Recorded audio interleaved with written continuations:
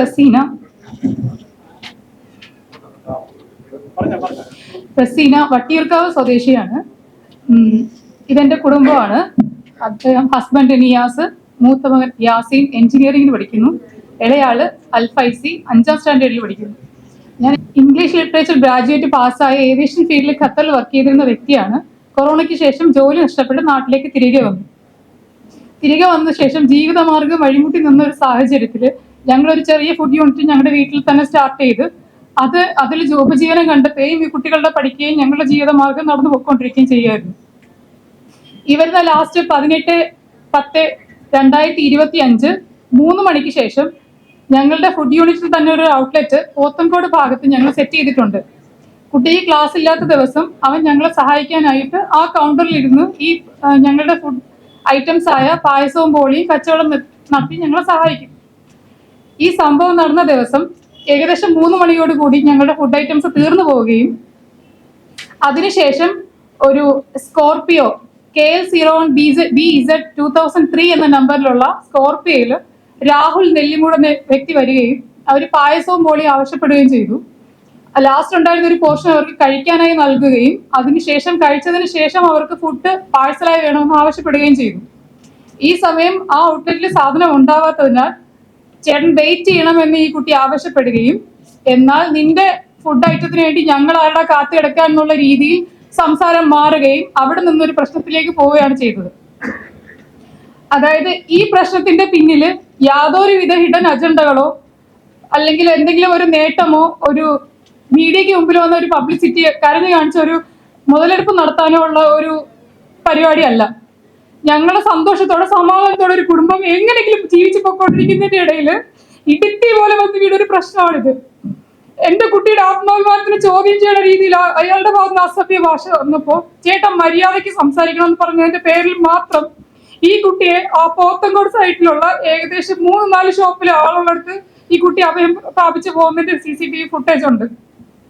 ഇതിന്റെ പിറകെ നടന്ന് ഭീഷണിപ്പെടുത്തി ഞാൻ നെല്ലിമൂടുള്ള രാഹുലാണ്, ഞാൻ എന്ത് ചെയ്താലും ഇവിടെ ആരും ഒരുത്തരും ചോദിക്കാൻ പോകണില്ല, ഇനി ഇത്രയും ഞാൻ ചീത്ത വിളിച്ചിട്ട് ഏവരെങ്കിലും മിണ്ടിയോ അതാണ് എന്റെ പവർ എന്ന് ഇത്തിരി ഇല്ലാത്ത കുട്ടിയുടെ മുമ്പിൽ ദാഷ്ട്യം കാണിക്കുക പയ്യൻ ചെയ്തത്. ആയതിനു ശേഷം എന്റെ ഫോണിൽ ഈ കുട്ടി കാര്യങ്ങൾ അറിയിക്കുകയും ഞാൻ ഈ കോള് കട്ട് ചെയ്യാതെ തന്നെ കാര്യവട്ടം ഗ്രീൻഫീൽഡിന്റെ ഫ്രണ്ടിലുള്ള ഒരു പവിത്രം റോഡിലാണ് ഞങ്ങൾ താമസിക്കുന്നത്. അവിടെ നിന്നും ഞാൻ പോത്തൻകോട് എത്തുന്നത് വരെ ഈ കുട്ടി അസഭ്യം പറഞ്ഞുകൊണ്ടിരിക്കുകയാണ്. നിനക്ക് എന്തെങ്കിലും ചെയ്യാനുണ്ടെങ്കിൽ ചെയ്ത് കാണിക്കുക. ഇവൻ എന്നെ ഫോൺ ചെയ്യുമ്പോൾ നീ പോലീസിനെ പട്ടാളത്തിനെ വിളിക്കുക, വന്ന് തീരുമാനം ഉണ്ടാക്കിയിട്ടേ പോകുന്നുള്ളൂ രീതിയിൽ ഈ കുട്ടിയെ ഭീഷണിപ്പെടുത്തിക്കൊണ്ടിരിക്കുകയായിരുന്നു. ആ സാഹചര്യത്തിൽ അത് മൊത്തം ഫോണിൽ കേട്ടോണ്ടിരുന്ന ഞാൻ അവിടെ എത്തുകയും നിങ്ങൾക്ക് എത്ര മര്യാദയുണ്ട് ഇത്തിരി ഇല്ലാത്തൊരു കുട്ടിയുടെ മുഖത്ത് നോക്കി ഇത്രയും അസഭ്യം പറയാമെന്നുള്ള രീതിയിൽ ഞാൻ ചോദ്യം ചെയ്യുകയും അയാൾ എന്നോട് നിങ്ങൾ ഈ റോഡ് സൈഡിൽ വിൽക്കാനാണ് ഇരിക്കുന്നതെങ്കിൽ ഞാൻ ചോദിച്ചാൽ നീ എനിക്ക് തരണം എന്ന ഭാഷയോട് ഉപയോഗിച്ചത്.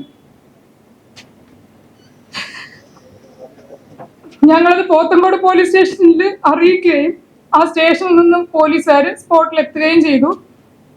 എത്തിയതിന്റെ കൂട്ടത്തിലുണ്ടായിരുന്ന രാജേഷ് എം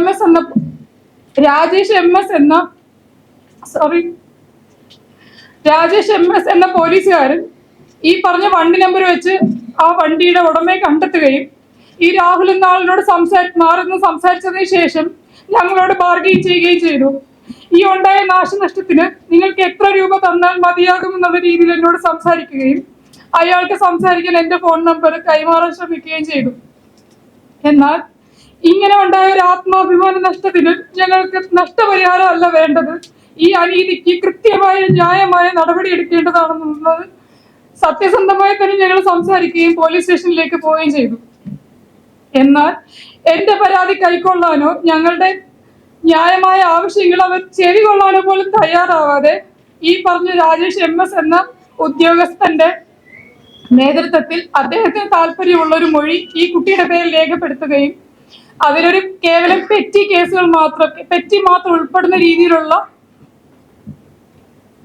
കോടതിയിൽ പോയാൽ ഒരു 500 റുപ്പീസ് സംതിങ് ഇങ്ങനെ പെറ്റി അടിച്ചിറങ്ങി പോകാനുള്ള പെനാൽറ്റി ആയിട്ടുള്ള വകുപ്പുകൾ ചേർത്തുള്ള ഒരു എഫ്ഐആർ ഇട്ടിട്ടുള്ളത്. ഈ പറഞ്ഞ രാജേഷ് എം എസ് എന്ന പോലീസുകാരനായിട്ട് ഞങ്ങൾക്ക് അവിടെയും വാക്ക് തീർക്കം ഉണ്ടാവേണ്ട സാഹചര്യം വന്നു. ഞങ്ങളുടെ സ്റ്റേറ്റ്മെന്റ് ഞങ്ങൾ എന്താണോ പറയുന്നത് അതല്ലേ സാർ രേഖപ്പെടുത്തേണ്ടത്. സാറിന്റെ സൗകര്യത്തിനുള്ളതാണോ എന്ന് പറയുമ്പോൾ സാധാരണ ഇമാതിരി എന്തെങ്കിലും കള്ളത്തരം ചെയ്യുമ്പോൾ ഒരു ഒളിയും മറയിലാണ് ചെയ്യുക. ഈ പോലീസ് ഉദ്യോഗസ്ഥൻ ഞങ്ങളുടെ മുമ്പിൽ വെച്ച് തന്നെ രാഹുലിനോട് വിളിക്കുകയും നീ ഒരു പേടിയും പേടിക്കണ്ട, കണ്ടാൽ അറിയാവുന്ന ആളാണെന്നുള്ള രീതിയിൽ ഞാൻ FIR ഇട്ടോളാം, നീ ധൈര്യമായിട്ടിരിക്കുന്നു ഞങ്ങളുടെ മുമ്പിൽ വെച്ച് തന്നെ സംസാരിക്കുന്ന ഒരു സാഹചര്യമാണ് ഉണ്ടായത്. എന്റെ സ്ത്രീത്വത്തിനെ അപമാനിച്ചതും ഞങ്ങളുടെ ഒരു ഉപജീവന മാർഗമായ ഇദ്ദേഹം പോലീസിനെയും ഇവിടുത്തെ സിസ്റ്റത്തിനെയും നിയമവ്യവസ്ഥയും കൂടെ വെല്ലുവിളിച്ചുകൊണ്ട് ഇവിടെ ആർക്കും ഒന്നും ചെയ്യാൻ പറ്റില്ല എന്നുള്ള ധൈര്യത്തോടെ ദാഷ്ട്യത്തോടെ എന്റെ ആ ചെറിയ കട ഇടിച്ചു പൊളിച്ച് തകർത്ത് തരിപ്പടമാക്കിയത്. അങ്ങനെ ചെയ്ത വ്യക്തിക്കാണ് ആ പോലീസ് സ്റ്റേഷനിലുള്ള ഒരു ഒത്താശ ചെയ്തു കൊടുത്തത്. ഇതാണ് ആ പോലീസുകാരൻ. ഇതിന്റെ പേരിൽ എന്ത് ഭവിഷ്യത്തും നേരിടേണ്ടി വന്നാലും ഞങ്ങൾ കുടുംബത്തോടെ നേരിടും. ഇതാണ് ആ പറഞ്ഞ രാഹുൽ നെല്ലിമൂട്.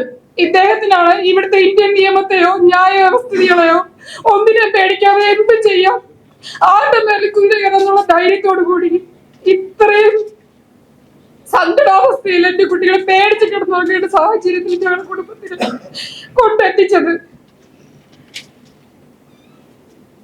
ഇതിന്റെ FIR കോപ്പിയും ബാക്കി ഞാൻ പറഞ്ഞ എല്ലാ കാര്യത്തിന്റെയും ഫുൾ എവിഡൻസിന്റെ കോപ്പികളും എന്റെ കൈവശമുണ്ട്. ഞങ്ങൾക്ക് ഇതിന് നീതി വേണം. ഞങ്ങൾ സത്യസന്ധമായിട്ട് ജീവിക്കാൻ ആഗ്രഹിച്ച് എന്റെ കുട്ടികളെ വളർത്താൻ വേണ്ടി കഠിനമായിട്ട് അധ്വാനിച്ച് ജീവിക്കുന്ന കുടുംബമാണ്. ജോലി പോയി നാട്ടിൽ വന്നതിന്റെ മേലെ ആരുടെ മുമ്പിൽ ഞങ്ങൾ കൈനീട്ടൊരു സഹായം ചോദിക്കാനോ പോയിട്ടില്ല. ഞാനും എന്റെ ഭർത്താവും കഷ്ടപ്പെട്ട് അധ്വാനിച്ച് എന്റെ 2 മക്കളെ വളർത്തി. കടവും ബാധ്യതയും വന്നപ്പോ ഞങ്ങൾ മക്കളെ കൊന്നിട്ട് മരിച്ചില്ല, ഇനി ഭരിക്കുകയില്ല. എനിക്ക് എന്റെ മക്കളെ വളർത്തലും ജീവിക്കുകയും വേണം. അതിനുള്ള മനസ്സാക്ഷിയുള്ള ഓരോ മലയാളികൾക്കും ഞങ്ങൾക്ക് ചെയ്യാൻ പറ്റുന്ന ഞങ്ങളോട് സപ്പോർട്ട് ചെയ്യുന്നത് ഈ ദുഷ്ടന്മാരെ പിടിക്കാനുള്ള അങ്ങേറ്റം ഞങ്ങൾ സഹായിക്കണം. ഇത്രേ പറയാനുള്ളൂ. എന്റെ പിള്ളേർ 2 ദിവസം ഇറങ്ങിയിട്ടു. ഇവര് പേടിച്ചാണ് ഇറങ്ങുന്നത്.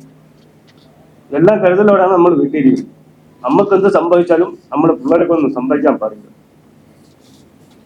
അമ്മാതിരി പ്രശ്നങ്ങളാണ് ഇവിടെ നടക്കുന്നത്. നമ്മൾ ആരടുത്തും ഒന്നും പറയാനോ പോകുന്നില്ല, ആരടുത്തും ഒരു പ്രശ്നത്തിനും പോകുന്നില്ല, ആരടുത്തും പോയി കൈ തീട്ടാൻ പോലും പോയിട്ടില്ല. നമ്മൾ ഈ ചെറിയൊരു ഫാമിലിയാണ്, അമ്മയില്ല അച്ഛനും ഇല്ല, ആരടുത്തും പോയി കൈ നീട്ടാനോ ഒന്നിനും പോകാതെ നമ്മൾ സ്വയം രക്ഷയ്ക്ക് വേണ്ടിയിട്ടാണ് നമ്മൾ ഈ ബിസിനസ് തുടങ്ങിയത്.